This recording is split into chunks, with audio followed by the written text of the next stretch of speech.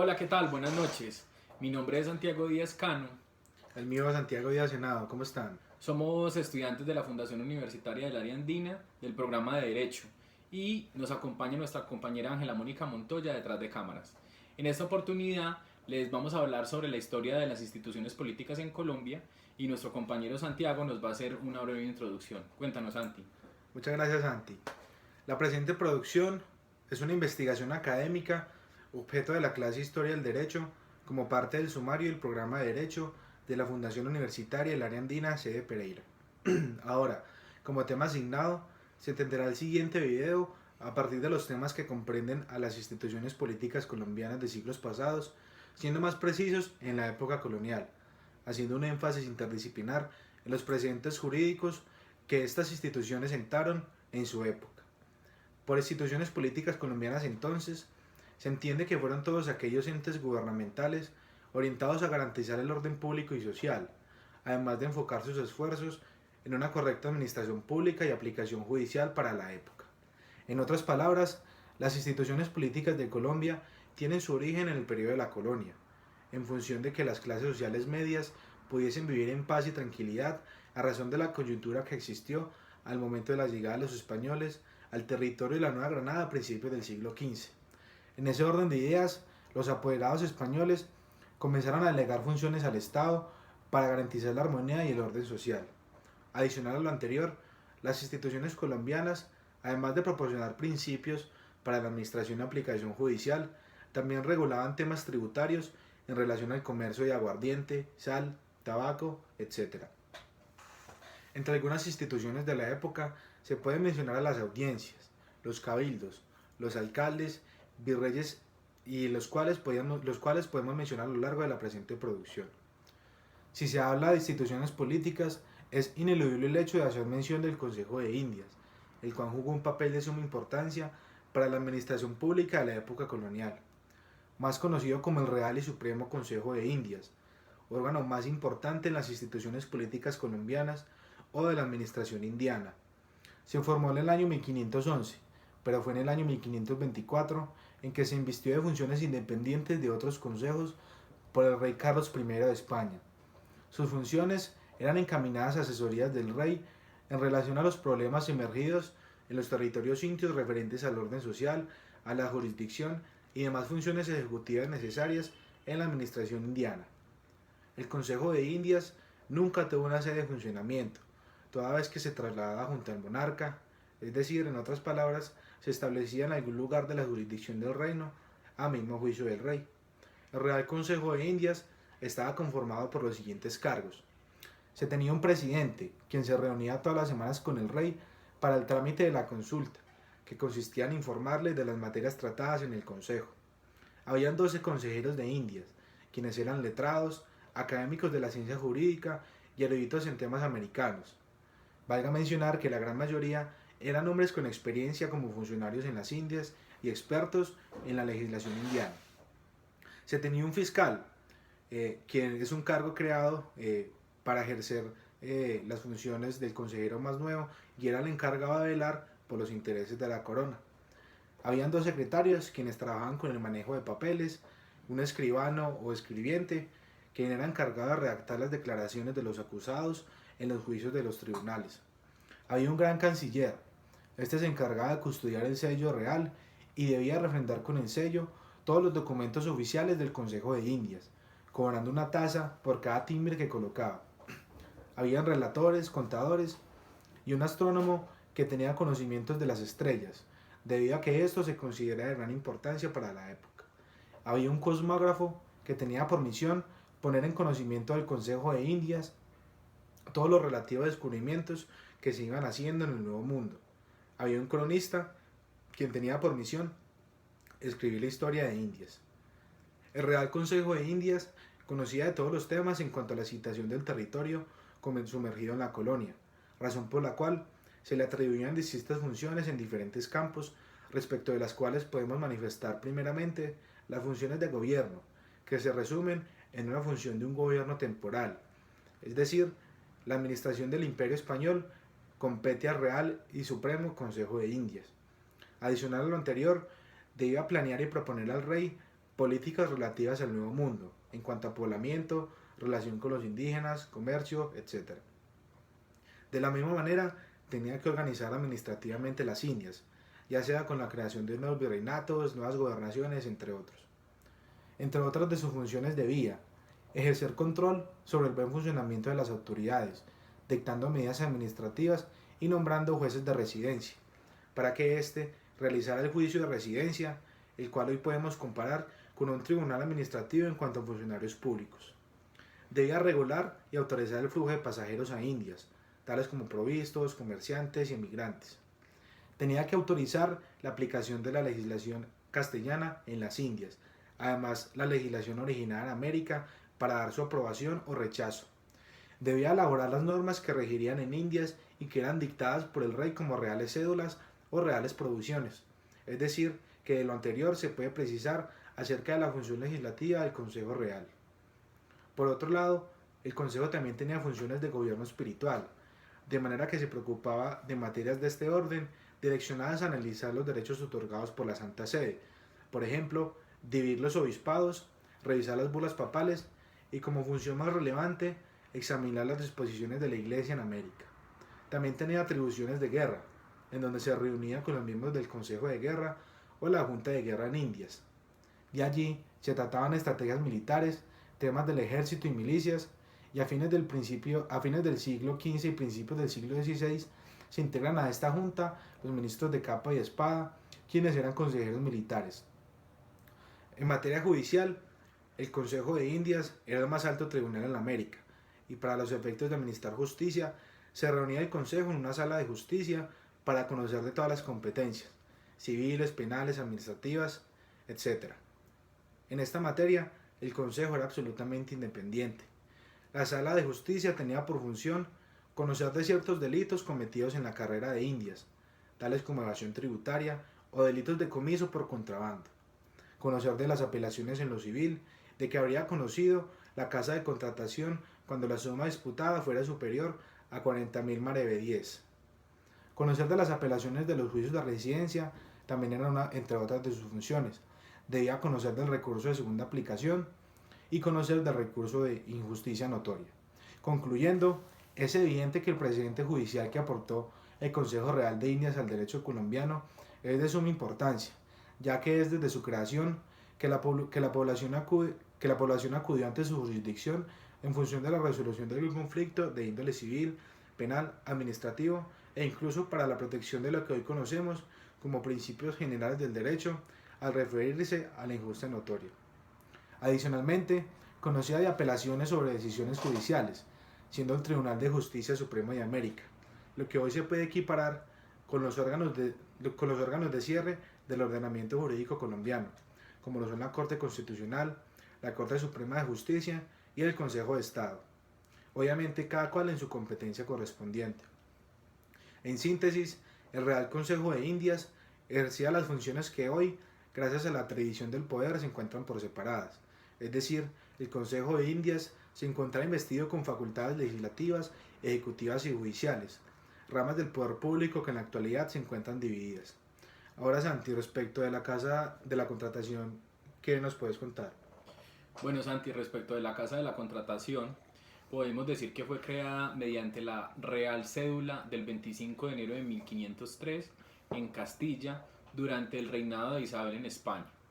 Tenía entre sus facultades como jurisdicción encargada la de regular el comercio de las Indias sobre las colonias americanas, la cartografía y navegación en ultramar, de rutas para la financiación de la corona, y los virreinatos eran una autoridad intermediaria administrativa a la que se le otorgó competencia para dirimir conflictos en asuntos comerciales de navegación, en donde podían imponer multas pecuniarias, exigir fianzas y hasta decretar en nombre de los reyes prisiones o contraprestaciones aduaneras. Aunque la corona conservó la titularidad de los derechos sobre la navegación y comercio durante algunos años, terminó traspasando a nivel privado su gestión valiéndose de autonomía decisional a través de sus funcionarios, que gozaban de confianza plena por parte de la corona para ejercer tales cargos. También funcionó a partir de 1511 como almacén y factoría de tráfico de carga y descarga en asuntos civiles y en asuntos criminales, lo que corresponde a delitos y penas dentro de los viajes mercantiles a las Indias. Los cargos que desempeñaron en la Casa de la Contratación se dan de la siguiente forma. En un primer cargo está el factor, quien ejercía sus funciones en lo concerniente a la producción, a los recursos y materiales extraídos para la corona, en donde se constituyó el almacén de carga y descarga para la administración de estos mismos entre la corona española y América con sus virreinatos. Y en un tercer cargo está el contador, que era el encargado de la contabilidad de inventarios, gastos y capacidad adquisitiva de la corona española. Y un tesorero encargado de los recursos económicos de la administración e inversión solicitada para la realización de gestiones tanto en las Indias como en España. También existían cargos como el de piloto, abogado y procurador. Incursionaron en lo que hoy se conoce como correo y aquello que se denominó como salario para la planta de trabajadores que ejercían como funcionarios de la Casa de la Contratación, con un aproximado de 497 colaboradores. Como primer piloto, y a quien se le atribuye el nombre del continente americano, como lo fue el señor Américo Vespucio, quien tras su muerte se le concediera la pensión a su esposa y el título de piloto a su hijo como sucesor a quien se le atribuye el nombre de las Américas. Con el pasar de los años y la necesidad de incrementar y potenciar su fuente de ingresos con las Indias, se dio un incremento sustancial en los pilotos que constituirían el volumen de las embarcaciones y como consecuencia de las riquezas para la corona y sus colaboradores. Ahora vamos a tocar el tema de la Real Audiencia y Santi nos va a dar su intervención. Cuéntanos, Santi. Gracias, Santi. Ahora bien, en cuanto a instituciones políticas colombianas, también no sería posible no mencionar a la Real Audiencia de Santa Fe, la cual también se conjugó como un órgano conocedor de asuntos judiciales en la época colonial. Fue a partir del año 1550 que la Real Audiencia optó en firme sus disposiciones legales de la Nueva Granada, en razón a distintas quejas interpuestas por los funcionarios de la corona al rey Carlos I sobre los oidores de la Real Audiencia de Santo Domingo, la cual es la anterior a la Real Audiencia de Santa Fe, teniendo en cuenta que este órgano poseía problemas de distancia en cuanto a su jurisdicción y no tenía el control necesario frente a sus funciones. Así entonces, fue a partir de 1550 en que la Real Audiencia de Santa Fe actuó con funciones consultivas, gubernamentales y judiciales. Frente a sus funciones consultivas, era deber de la Real Audiencia comunicar a la corona los problemas que aquejaban sus distritos y opinar respecto a los mismos, de manera que debía acordar con los virreyes y gobernadores sesiones para resolver sobre asuntos graves. Respecto a sus funciones judiciales, conocían de casos referentes a delincuencia en sus distritos por pretensiones no mayor a 1000 ducados, moneda para la época. Asimismo, entendían casos civiles y problemáticas respecto a decisiones gubernamentales y eclesiásticas, todo lo anterior acorde a derecho. Todos estos casos eran atendidos por 4 oidores en compañía de fiscales, quienes se encontraban presentes para ver sobre la protección de los intereses de la corona en la Nueva Granada. En síntesis, era tribunal de primera instancia en algunos casos y de apelación de las sentencias de los jueces inferiores. Bueno, Santi, de los cabildos también es importante hablar. Cuéntanos qué sabes del tema. Bueno, como primera medida, y siendo que es un primer aspecto y muy importante, el primer cabildo abierto y revolucionario que se dio en la época de la colonización se enmarcó con la firma del Acta de Independencia del 20 de julio de 1810. La sistematización colonizadora impuesta por España a las Indias se da en una forma urbana. Este elemento es fundamental para la conformación de cabildos en donde se representan las ciudades como organizaciones políticas que buscaban en América constituirse como organizaciones municipales.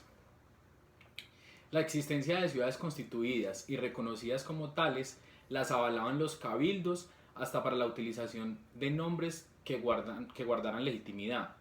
Los cabildos son instituciones colegiadas de antiguas raíces españolas con características diferenciadoras de acuerdo a las necesidades específicas en cada población para las cuestiones administrativas en donde no se regularizó una normativa general. Hacia la mitad del siglo XVI, los cabildos tenían 3 cargos dentro de sus jerarquías y estaba en cabeza de los alcaldes ordinarios, que eran 2 en ese cargo, los regidores, que oscilaban entre 4 y 12 dependiendo de si se encontraban en villas o en poblaciones o en ciudades, que era lo que pretendían. Y los funcionarios especiales, en su calidad de oficiales reales de Hacienda, asentados y con derecho a votar dentro de las corporaciones. Sin embargo, con razón a que el rey Felipe II decidió ordenar vender cargos públicos para generar ingresos mayores a la corona, se dio un fenómeno problemático en donde solo los alcaldes fungían como funcionarios electos. Para dirimir este conflicto, se impuso una restricción a través de requisitos para ostentar el cargo superior y ser cabildante. Se exigía, por ejemplo, la calidad de vecino, que constituía en habitar en una casa dentro del territorio de jurisdicción asignada, que fuera padre de familia, propietario del predio y que su domicilio fuera en ese lugar. A su vez, eran excluidos algunas personas de la población, como lo eran los sacerdotes, los funcionarios no vecinados, extranjeros o parientes de gobernadores. La jerarquización de estos cargos en los cabildos se da de la siguiente forma. En un primer momento tenemos los alcaldes ordinarios, llamados de primero y segundo voto porque opinaban sucesivamente en las deliberaciones, conocían de primera instancia asuntos civiles y criminales dentro de su jurisdicción asignada por territorio, desde que no interfinieran el gobernador y no contaban con fueros especiales o privilegiados. En un segundo cargo estaba el alférez real, que era el preferido de todos los regidores y era el encargado de los protocolos y de las ceremonias y llevaba el estandarte en las campañas militares. Estaban los regidores eventuales, que eran quienes reemplazaban a los alcaldes en caso de muerte o inhabilidad por sus cargos. Sus asuntos principales eran los vinculados con la policía de abastos, obras públicas y visitas en centros penitenciarios. El alguacil mayor ejecutaba decisiones judiciales y era su obligación mantener el orden en la ciudad. Este último es el cuarto. Y el quinto sería el depositario general, que era el oficio vendible y que tenía al cargo la guarda de todos los embargos y secuestros judiciales. Existía un sexto, que era el fiel ejecutor, que era el encargado de vigilar el abastecimiento de la ciudad. Controlaba los pesos y medidas utilizadas por los comerciantes y podía imponer multas y ejercer funciones judiciales. Dentro de ese ayuntamiento, que también era un organismo colegiado, como se dijo anteriormente, que debía reunirse regularmente para considerar problemáticas dentro de la ciudad. Todo esto bajo la presencia del gobernante, bajo la presencia del gobernante, en este caso fuese el virrey, el gobernador, el teniente o el alcalde, o quien hiciera las veces. Dentro de los atributos de los cabildos está desde las funciones electorales, el registro de títulos, el gobierno de la ciudad, las funciones políticas y las funciones financieras. Para los cabildos abiertos se daba el debate sobre las más grandes, precedidas igualmente por el virrey y por el gobernante encargado. Aquí se trataban temas como el de la construcción de una obra pública o de la organización de la defensa de la ciudad o la creación de un nuevo gravamen. Diferentes a los cabildos revolucionarios, que aunque eran organizaciones colegiadas, no cumplían con el propósito legalmente constituido de un cabildo legitimado. De allí se desprende una nueva política conocida como una fuerza política nueva conocida como la fuerza del pueblo. También existieron cabildos indígenas que los españoles respetaron a través de la figura patriarcal del cacique, respetando su organización social y política y adjudicándoles el derecho de un gobernante indígena. Aquí podemos concluir, digamos, el grosso de nuestro tema. Entonces vamos a intentar dar unas conclusiones y bueno, Santi, ¿qué nos dices que puedes concluir? Bueno, respecto del tema y el investigado, es posible concluir que para la época de la colonia existía varios entes judiciales y una organización para estos. O sea, es decir, para la época de la colonia había formas o habían entidades o habían funcionarios a los cuales se podía acudir para la administración de justicia. Asimismo, podemos ver que estos entes y que estos funcionarios también tenían instancias y también estaban supeditados a un superior jerárquico. Como lo pudimos analizar o como lo pudimos ver, existió la Real Audiencia y el Consejo de Indias, que como bien lo mencionamos, es posible equipararlos o compararlos con nuestros organismos de cierre en el ordenamiento jurídico colombiano. ¿Qué otra conclusión podemos resaltar, Santi? Bueno, de ahí podemos hablar sobre los intereses que tenía la corona y sobre cómo por parte de la dominación que ejercían sobre las Américas o sobre las Indias, a través de la Casa de la Contratación, se regulaban demasiado el comercio y todas las rutas marítimas que ellos tenían por conocer, ¿cierto? Y de las que se estaban adueñando.